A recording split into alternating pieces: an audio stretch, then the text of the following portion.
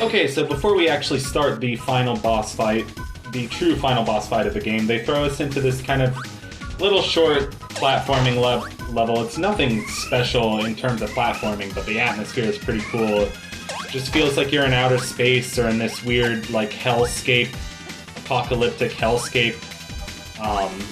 And it's the same thing a lot of Kirby games do, where they, have sort of a nice, cozy game up until the very end, and then they are very upfront about, like, oh, you're going deep into outer space, or you're going deep into this apocalyptic hellscape, and it's just, I think it just makes the evil that you're facing all that more real. I also like the music that they did for that section, and, we finished that section in like 40 seconds.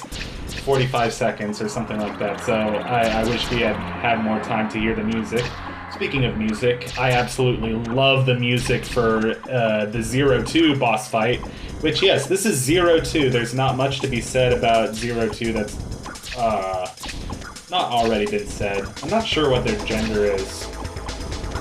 I don't really want to assume it's a him, but I'll just say him for...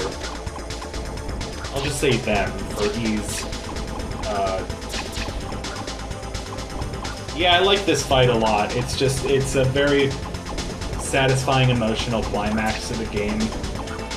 I feel like a lot of Nintendo games do that. They, have sort of a relatively cozy environment up until the very end of the game, and then they throw you into the scary location or the depths of hell or like some void in outer space, just to kind of make you feel that much more emotional about, like, oh, this must be some really evil power that we're fighting with.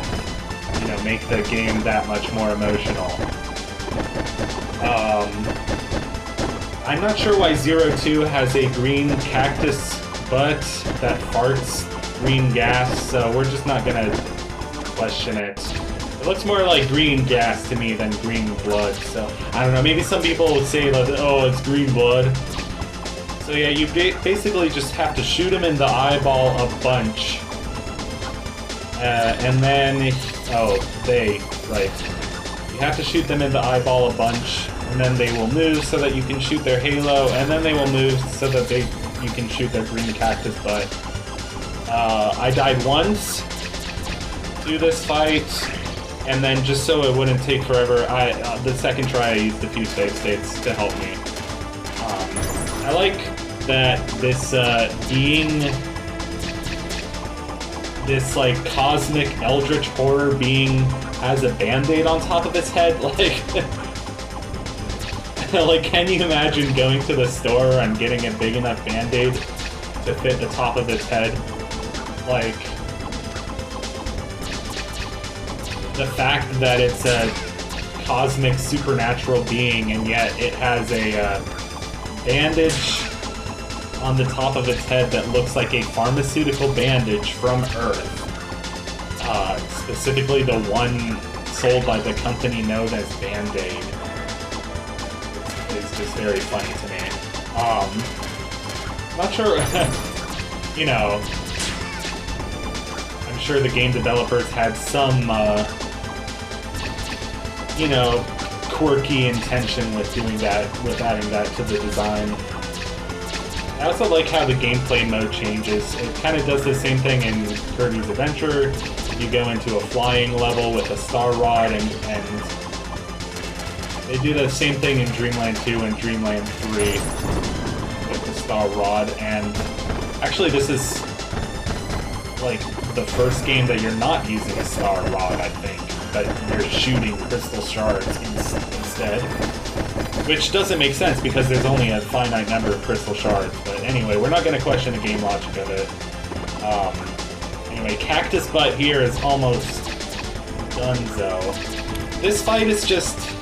I'm just noticing now that his left wing...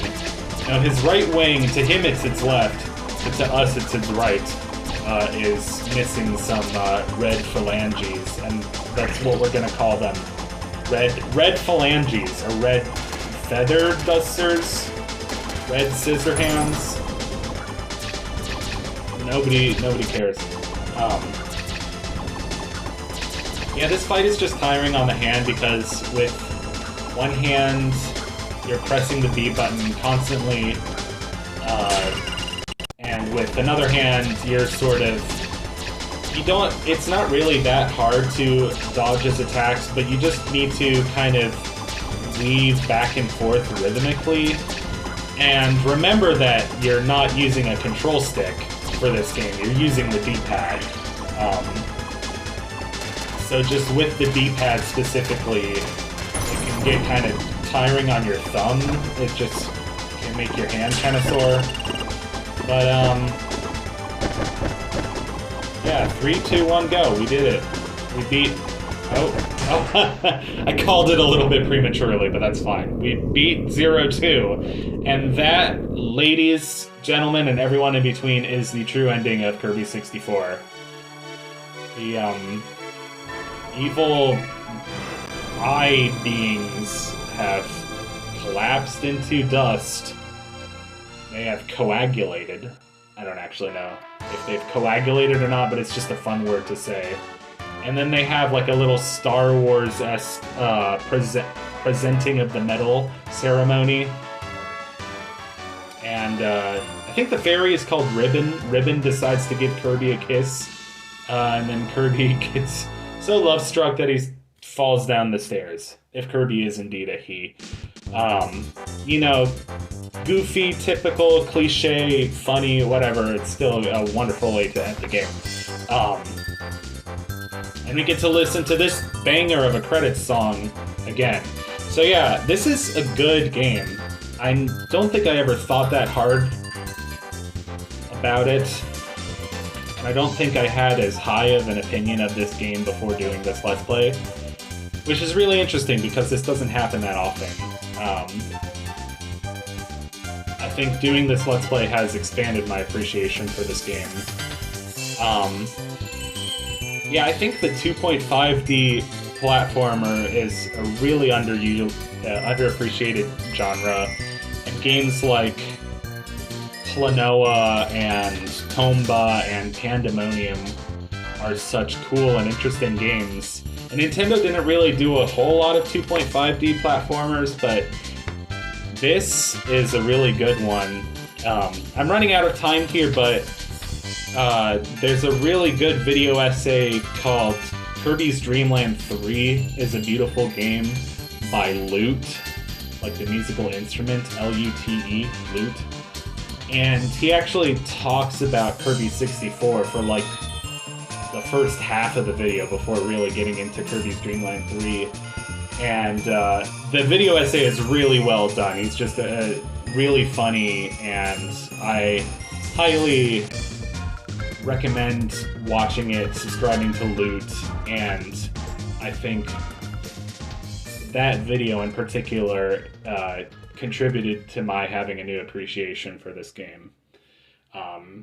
So now we get the reward of seeing 100% save file. Yay, we did it. And we also have some fun mini games, but we're not going to get into those. But you can, if you have this game on emulator or console or whatever you have it on. You can check out these fun mini games. I don't know how to end this video, so thank you everybody for watching, and I will see you in the next project that I do. Peace, and have a wonderful day.